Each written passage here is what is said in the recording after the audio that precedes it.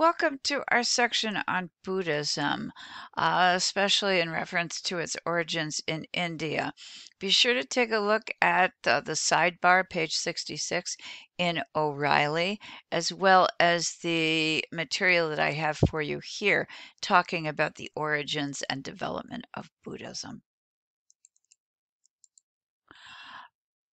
It's important to study Hinduism before you can actually study Buddhism.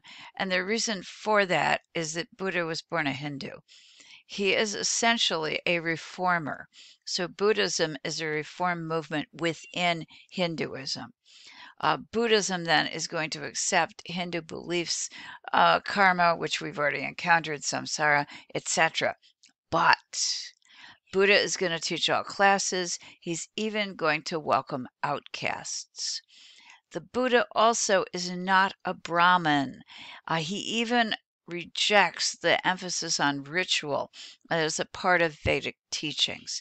This is what the Buddha, according to tradition, had to say. Quote, birth does not make one a priest or an outcast. Behavior makes one either a priest or an outcast. Buddhism, at least in its original form, is actually going to be work. It's going to stress moral and mental discipline, salvation for everyone, regardless of social class. For all of us, it offers what I'm calling a short course, designed to help us to escape samsara in a single lifetime, regardless of who you are.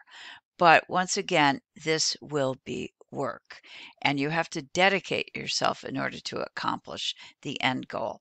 I've just included in this again the four Varnas, just as a reminder. The Buddha, as we'll see, is in the second tier. He's Kshatriya, he's a prince, not the Brahmin, the top tier folks, which would be the priests, the teachers, and the preachers. As Buddhism influences Hinduism, and it will, the two belief systems come closer and closer together. Ultimately, Buddhism will cease being important in India, cease being a major path to follow, partly because it will have caused Hinduism to change. Typically, religion, any religion, grows and responds to the needs of the people who practice it. Buddha was a real person, we do believe. When we make reference to the Buddha, who is the founder of Buddhism and who was the original teacher of the tenets of Buddhism, then what we're doing is referencing the historical Buddha. His name was Siddhartha Gautama. He comes from the Shakya clan, and that's right up here. The word Muni after it, Shakyamuni, that's a reference to his wisdom. So he's known by a couple of other names. But Shakyamuni means the sage of the Shakya clan. And it is a reference to his awareness and his understanding, and particularly to his enlightenment. I do have that at the bottom of the screen right here. The Buddha means the enlightened one who has come to total and complete understanding. And that does raise the question, is there only one Buddha? The answer, of course, is no, because what the Buddha does is to provide for us a system that will allow us, if we work at it, and I'm stressing we have to work at it, but if we work at it, we too can become enlightened, and thus we too can become Buddhas. Therefore, it's particularly important, since there are a lot of Buddhas, to differentiate the historical Buddha. And that historical Buddha is the man we do believe lived, we don't have exact dates, but sometime 6th through 5th centuries BCE in the northern part of India or Nepal today. This is an incredible period in human history when a number of philosophers were coming up with new beliefs and new ideas, just as one rough example, the 5th century BCE is the time of the classical period in the ancient Greek world. So it was a period of growth and intellectual ferment that was being shared in other areas of the world at the same time. The Buddha was indeed born a prince. He was, in fact, the next in line. He was the heir apparent to the throne. And it was his father's intention that the Buddha continue to rule his kingdom. And dad had a lot of high hopes for his kid. Unfortunately, however, a prophecy was fulfilled. And with the fulfilling of that prophecy, the Buddha will leave behind his princely roots. The prophecy entailed the young prince leaving the palace where he had been very, very protected under the direction of his father, and going out into the world and seeing human suffering. In particular, seeing an old man, seeing a sick man, seeing a dying man, and recognizing the suffering in the world. And also on his journeys out of the palace, seeing an ascetic. An ascetic is someone who leaves behind all worldly comforts in order to seek understanding. And it will be that path that the Buddha is going to take, leaving behind his life of luxury, which is represented by his position as prince, living in a palace and being really protected from all of the suffering around him.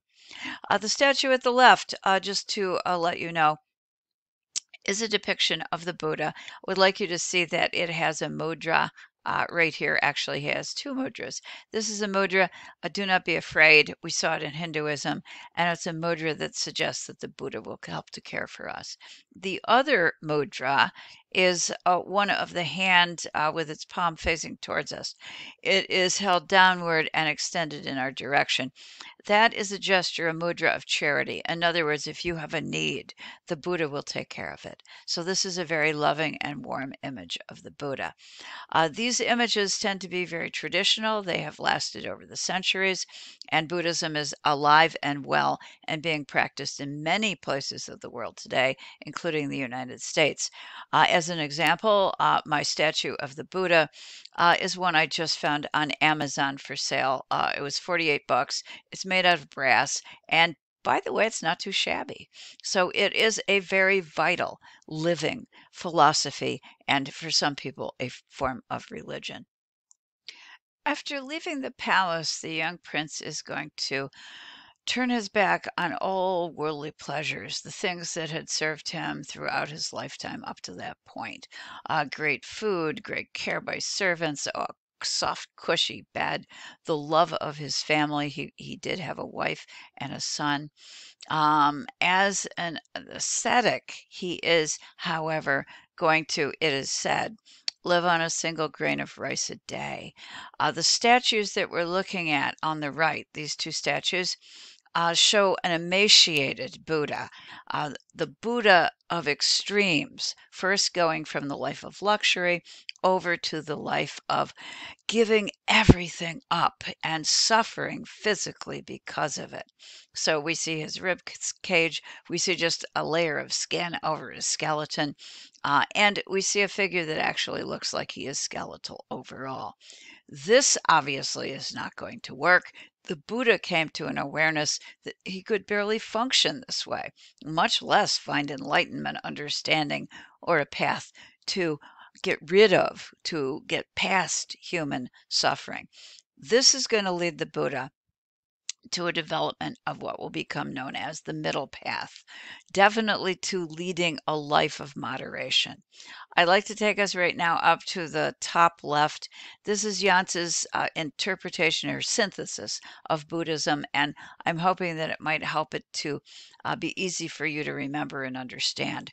It is the 3 M's of Buddhism, and those 3 M's are moderation, meditation, and morality. The moderation does refer to the middle path. That middle path comes out of the 2 extremes, the life of luxury, the life of incredible poverty and rejection of worldly comforts. Neither of those provided the Buddha with answers, and neither gave him true happiness. or true understanding. So he is going to search for the middle path, and he's going to direct us to do the same. So that's what the moderation is. He is going to also advocate that meditation be a tool for us to obtain that. And lastly, he is going to propose that we live a life of morality, and that is going to be achieved through the Eightfold Path. Just a reminder that meditation was a focus of Hinduism as well. So Buddhism is maintaining additional features, additional links with Hinduism. Before we leave, the image of the Buddha, which is on our lower left, shows the Buddha in a pose of meditation, often referred to as the lotus pose, and that is a pose where your feet are actually up over your inner leg. What I would really like you to see, though, is this. And that is another mudra, and it is the mudra of meditation. It's a little tough for me to read the image, but I think that this is a mudra of meditation also. So kind of universal sign language that would be understood by anybody looking at images of the Buddha. The image that we have on the left is a depiction of the Buddha teaching his first sermon, or basically giving his first lecture to his students. He returns to a group of monks he had studied with earlier when he was being an ascetic, because he thought that they had the greatest chance of understanding his ideas and his teachings.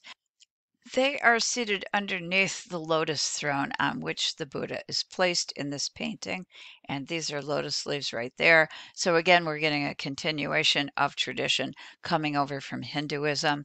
As the Buddha is explaining his Dharma. Dharma is the word in Buddhism which means law or teachings of the Buddha. Dharma is a word that's also used in Hinduism, but in Hinduism, it refers to your social responsibility. That social responsibility is, in fact, often determined by your caste. So there's a slightly different, same word, but a slightly different interpretation of that word. This first sermon takes place at Sarnath in the Deer Park. And the photos lower right are images of Sarnath today, where in fact you can go and you can see deer.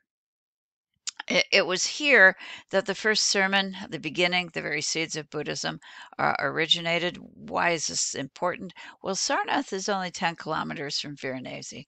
Sarnath is an important city to Buddhists.